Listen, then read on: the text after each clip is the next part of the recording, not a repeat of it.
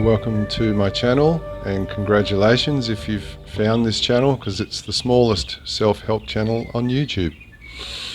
The title's not clickbait.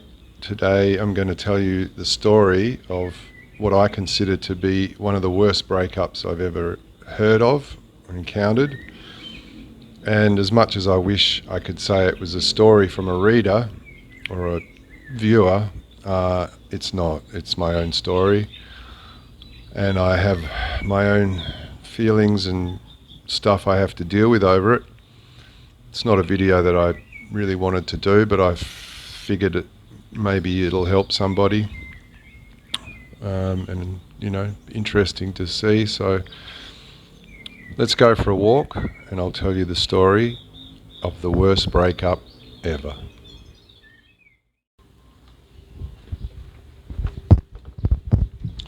So in the summer of 2018, my first wife in Australia decided to pull the pin on our marriage, and there was a couple of kids involved, not my biological children, but my stepsons that I'd raised, as my own. And anyone that has had children taken away from them knows how extremely painful that can be. And so I was in a pretty bad way, and after about a year I decided that I had to go. I had to get out of there to try and get better and rebuild my life. And being a surfer and having been to Indonesia quite a lot, which has got really good surf, I decided that I was going to move to Bali. So I packed up everything I had and gave away a lot of my stuff and left behind everything I knew and everyone I knew, and moved up to Bali to start a new life. I had in my mind this ideal that I wanted to meet a traditional Balinese girl as well, somewhere along the line. And a friend of mine who's had quite a lot of luck on the dating sites, I never have, suggested that I get on the dating apps and, to use his terminology, start carpet bombing. So I got onto one of the dating sites and started emailing some girls, and after about 40 no's and rejections and just no replies, this one girl did get back to me and we were chatting and she was keen to meet, so we met for dinner.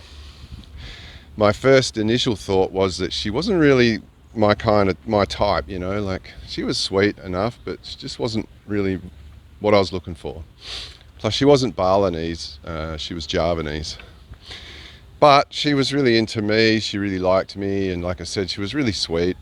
And in hindsight, I think I was still trying to replace my wife in Australia, because she'd already moved on to like several other guys, whatever.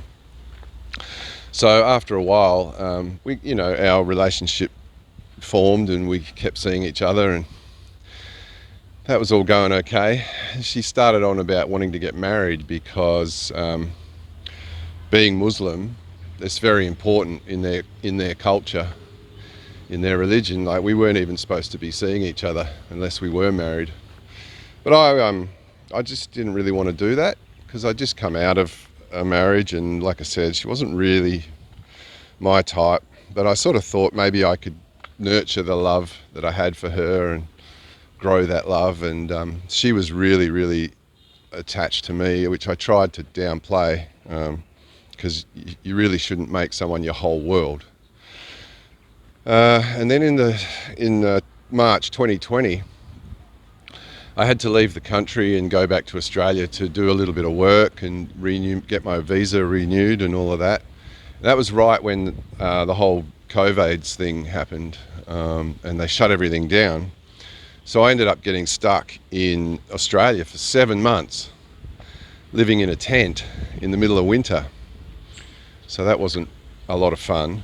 And I was talking with my girlfriend every day on the video phone, and she was very happy to just sit and wait for me to get back, which eventually I did. So after 7 months, they opened up a couple of different visas that I was able to get onto and get back. Had we have already been married, I probably could have come straight back. So I kind of relented and said to her, okay, well, let's get married then, because then she gets, what was very important to her, and I was able to establish myself even further here. So we went ahead, got married. It was quite interesting, the whole Muslim way of doing things. And then in February 21, some investments that I had absolutely went through the roof because of all the money printing they were doing. And I wanted to diversify out of that. So I ended up buying a 10 apartment building, and we were renting that out and getting money, like a salary every month. In Indonesia, as a foreigner, I can't actually own property, so it was basically all in her name. But she comes from abject poverty anyway, and so I was sort of happy to do that, set her up. But then she started on about wanting to have a baby, and she's already got a daughter, like a young 10-year-old daughter. And I'm already in my 50s, and I just didn't really want to do that. I said, I don't really want to have a baby. So this went on and on. A bit further down the track, I had to move house because the rents started to go up too much. So I ended up moving to where I am now, and we looked at quite a lot of places. But ironically, where I am, across the road, there's a little shop with a house with a shop out the front. And in that shop, there's this girl, Balinese girl, and she's just the most beautiful girl I've just about ever seen. And I sort of thought, oh, maybe I'll try and help her out and get to sort of hang out there a bit more. And I actually did want someone to come into the villa here and, do some cleaning and cooking and that sort of thing. So I offered it to her. At first she said no. But I think her father was quite insistent, so she ended up coming over and cooking food for me and that sort of thing. And I told my wife, because me and my wife never lived together. She had work on the other side of the island, and I didn't want to move over there. And I'm just not a big component of living together with someone. There are certain places in the world that they don't do that. But I did tell my wife, about the girl, and they met each other, and it was all okay, We sort of established our boundaries. But as time went on, me and the Balinese girl did start getting closer and closer. But we always maintained that boundary because she knew I was married, and I didn't want to start cheating on my wife because I'm not that kind of person, and also those kind of things never end well, okay? I've been a relationship counsellor for many years, and I can tell you now, if you're thinking about having an affair, don't do it. So anyway, down the track a bit further, my wife ended up losing her job over there. And that wasn't real good because I was thinking, well, now she's going to want to spend more time here. Okay, that's okay. But again, I was struggling to really open my heart to her. So one day she ended up coming here early, wanting to surprise me. And I was sitting inside with the Balinese girl, not doing anything. I was just sharpening some knives, and we were sitting there talking. But that was enough to sort of send my wife into meltdown. And the Balinese girl left, went home, and my wife started on at me about, do you love her and stuff? And I said, well, not really. I don't know her enough to know if I love her, but she's nice, I like her, whatever. And the emotional fallout started. It was 5 days of crying and sobbing and not eating and just being in the room. And after about 5 days, I was like, this can't go on like this. My wife ended up putting the words out, and I had the heads of the village come down here and say, well, you can't see that Balinese girl anymore. And as a foreigner, I was kind of like, well, what business is it of yours? This is between me and my wife and stuff. But in Bali, they have their little villages, and they have the heads of the village, and they all want to, run their village and want to know what's going on in the village. So, but when they said I couldn't see her anymore, that really triggered me, and I was like, no, I can't not do that.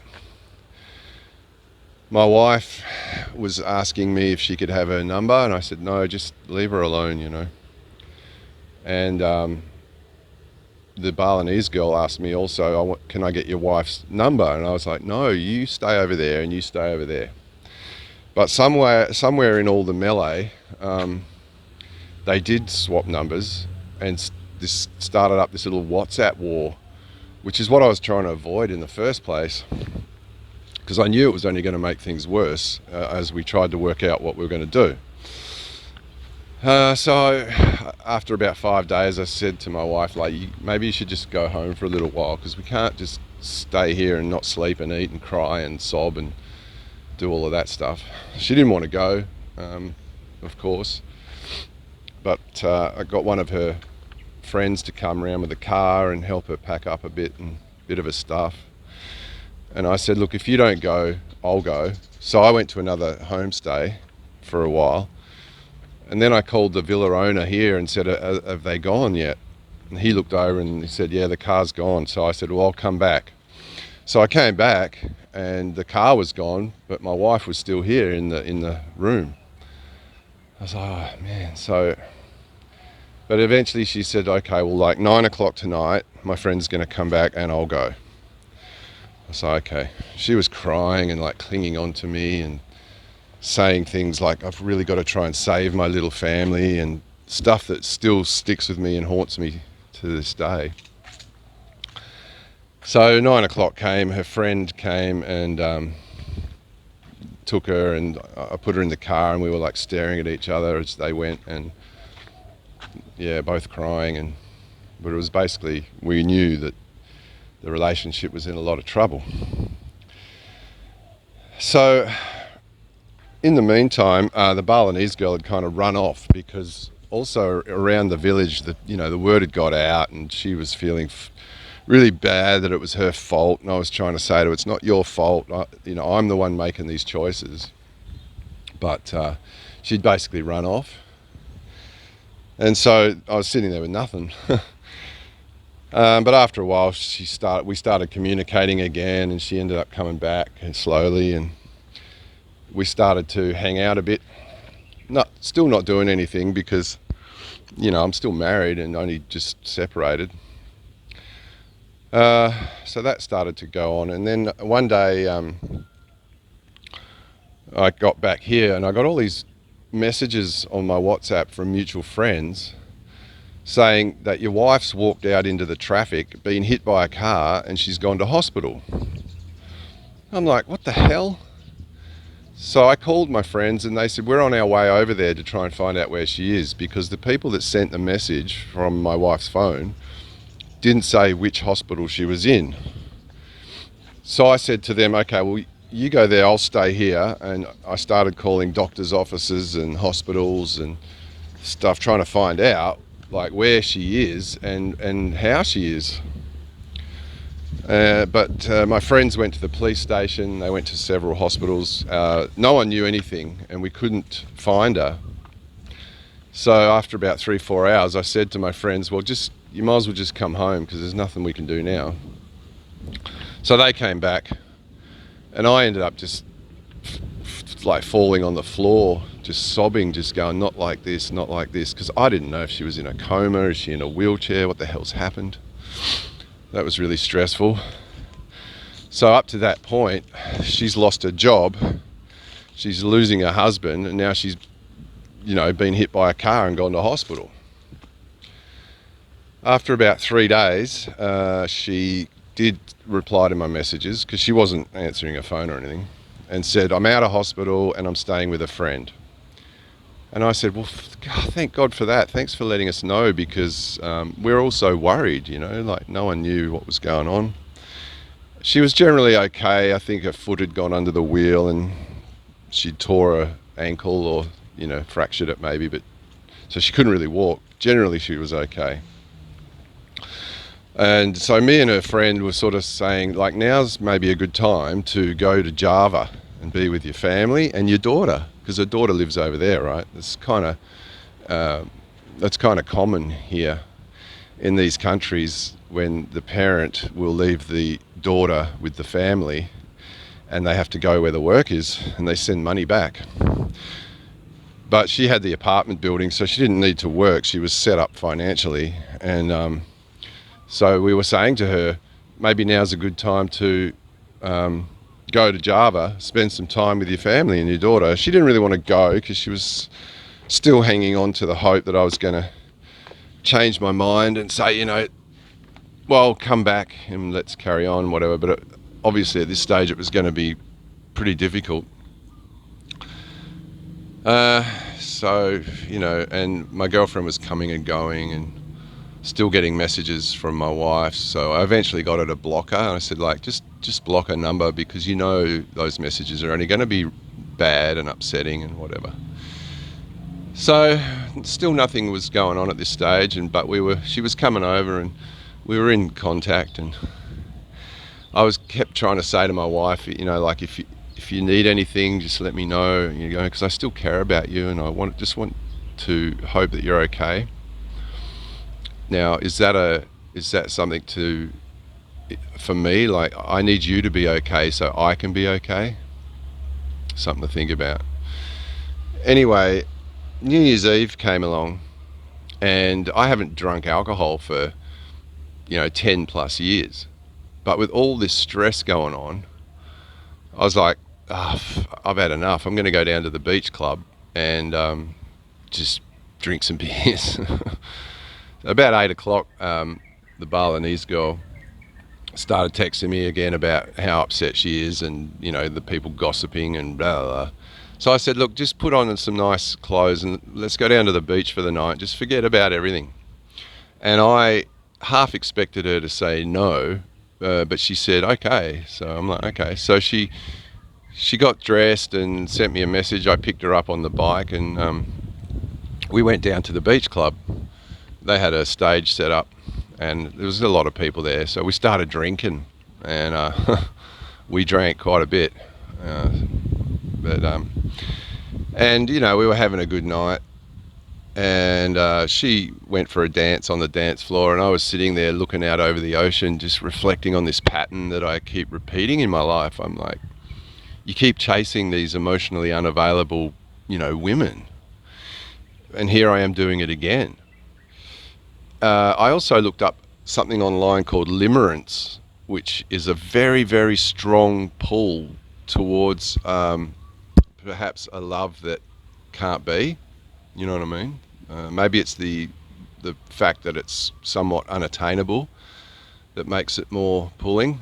And there was a part of me that knew this was wrong. I was like, this is not right, but I just couldn't pull up. I just couldn't stop myself. I was intoxicated by this girl. And so after the New Year's countdown, I really enjoyed being with her in that capacity. But after a while, I said, come on, let's go, I'll take you home. So we got on the bike, I brought her home, dropped her off, and said goodnight, and came home. And I had a cigarette, and I was thinking, well, that was a fun night, and went to bed. And then she started texting me saying, that was really, really fun, thank you. I said, yeah, it was great, fun, thanks for coming, la la la. And then she says, why didn't you take me to another hotel? Because you can if you want. And I was like, oh, yeah, well, damn. I mean, come on. It was starting to rain at that stage, and there's other empty houses here in the villa. And so I said, why don't you just come over here? We'll go into one of these other villas, because I've got the key here. Because we both knew what was going on, and there was still a risk that, my wife was going to turn up. So we went into one of the other villas. And finally, after about 10 months, made love, and it was amazing. It was incredible cosmic sex, love-making session. And then she went home, and I went back to my place and went to bed with a stupid smile on my face, thinking about what a great night that was. Great way to bring in the new year, la la la. Next day, I was sitting out the front having a cigarette and a coffee, and I was on a high, thinking, "Wow, that was such a great night," la la la. Me and my wife had been separated about 3 months at this stage, but then the phone rang, and it was my wife, and she was beside herself, crying and sobbing, and she was saying, "I'm at the hospital. My mum's just died." I'm just like, what the hell? Like what's this about? So I went from that extreme high to that extreme low again. And she was beside herself, and I sort of said, "I can't really understand what you're saying. So when you calm down, just call me back, or whatever." So what had happened is she'd gone to Java New Year's Eve, like December 31st. She'd gone over there, sat with her mum, and started to tell her mum that we'd separated. And the next morning, January the 1st, her mum just up and died. It's like, fuck. So she's lost her job, lost her husband, hit by a car, now mum's died. It's like, man, I just couldn't believe it. And she said, "My mum's died, can you come here, like to Java?" And considering what was going on, and that she lives in the ghettos down there, and I was a bit scared because I'm the only white guy down there, and I didn't know. Even one of my good friends was saying, "Well, just be careful because you go down in there, you might not come back." But later that day, my girlfriend came over, and I told her what had happened, and she basically said, "Look, you're going to have to go." And I was like, "Yeah, I am going to have to go because it's my mother-in-law, right?" And I wanted to go down there and do the right thing and support my wife and her family. So I ended up flying to Java and spending 3 days down there, and stayed in a hotel because, again, I can't stay in the little house they've got there. There's like 5 people in this one room, and it's really, really, really, really dirty. Rats, cockroaches, all that kind of thing. No aircon.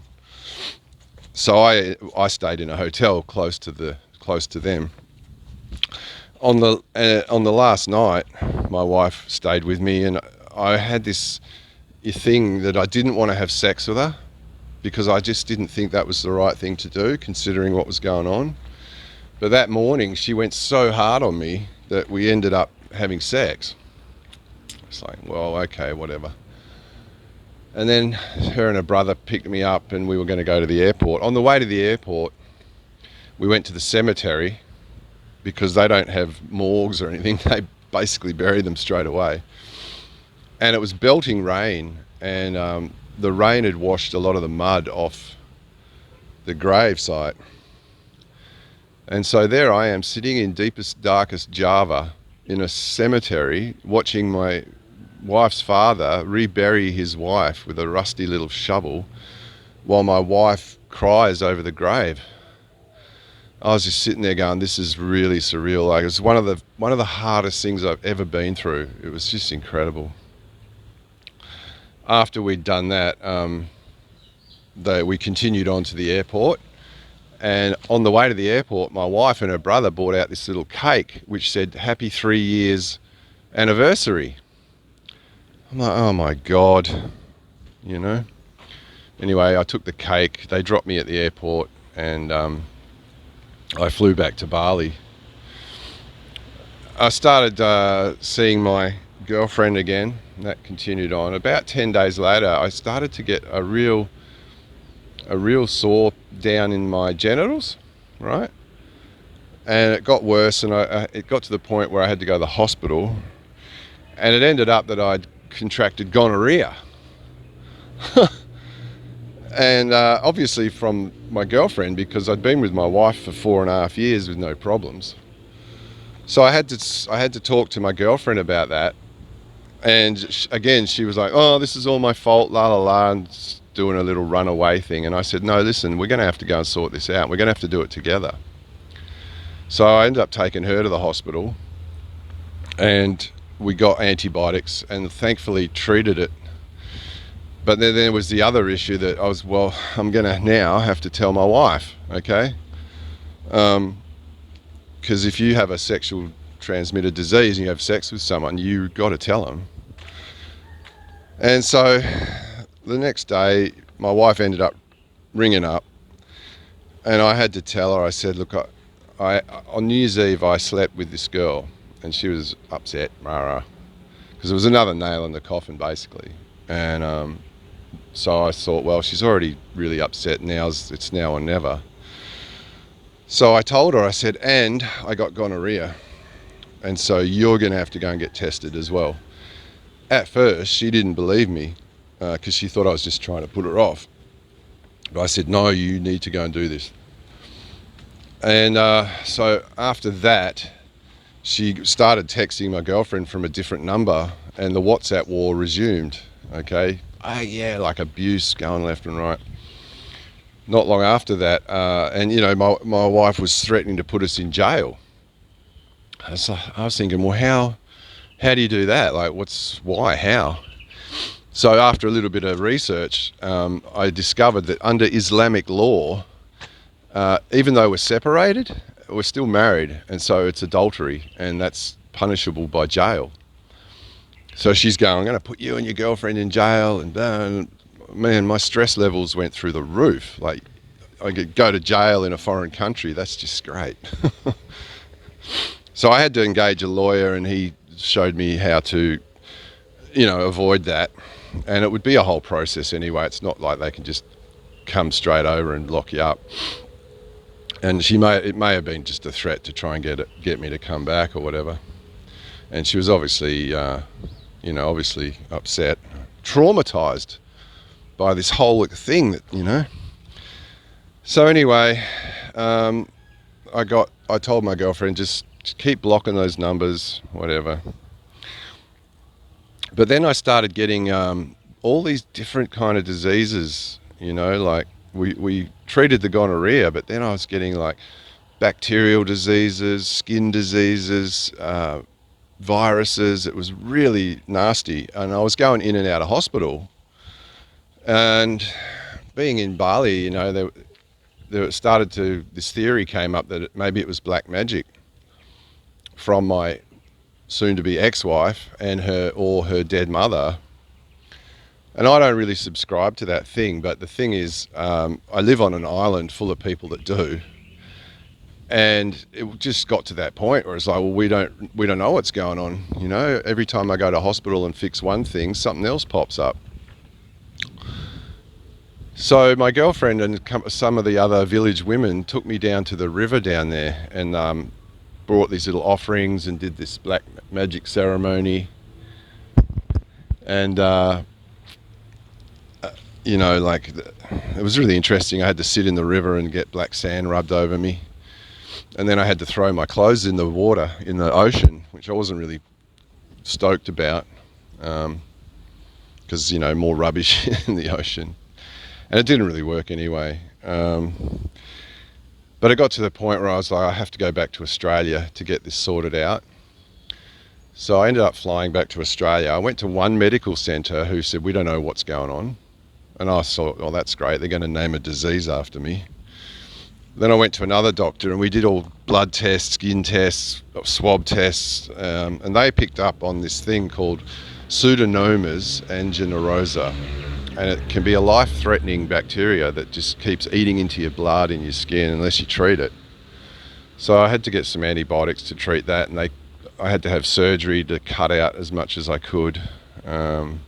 And I said to them, the doctors, and I have to go back to Australia, back to Bali. So they gave me some antibiotics and said I could check in on a WhatsApp video call. So thankfully that started to heal, and things started to ease up a bit. And we started to slowly move on. It got to a point where I had to renew my visa, which was a spouse visa, and I wasn't going to be able to do it with my wife, but I could do it through an agent. So I did that, renewed that, and then about a week later, or 10 days later, she sent me a text saying, I'm in the area, can I come around and pick up the rest of my stuff? And I said, yeah, okay, just come around, I'm here. So she came over with a daughter who was in Bali, who obviously I couldn't see her anymore. That was hard. She was crying, and I helped my wife pack up the rest of her stuff. And then we sat out the front. She said, "I want a divorce." And I said, "Well, I don't really want to do that right now, because first of all, I just renewed my visa for a year. And also, to be honest, there was still a part of me that was kind of hanging on a little bit, thinking like, if things, maybe we'll get back together.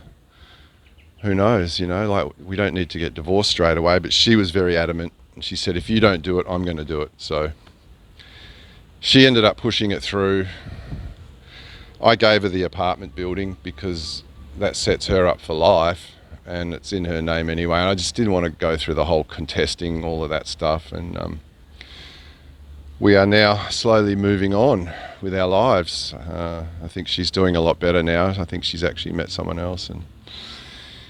But as for me, I'm still dealing with a lot of shame, a lot of guilt about what happened, the way things went down. Any comments about that would be appreciated, whether they're supportive or whether they're nasty, if this triggered you in some way. When I told my wife about the gonorrhea, she rang everyone that we knew and started telling everyone that I had HIV/AIDS. So that, and the fact that we'd broken up, I've lost quite a lot of friends and a lot of people out of my life, which is okay. And I still have some ongoing health issues from the whole thing. So who knows what that's about. But we are slowly moving on. And I'm very proud of her for just getting through that. And I really do hope she'll be okay, and wish her all the best. And same for me too. So if you've got to the end of this video, good on you. Thanks for listening. I know it was a hell of a story and quite a long one. But until the next time, just take care of yourself and your health and your heart.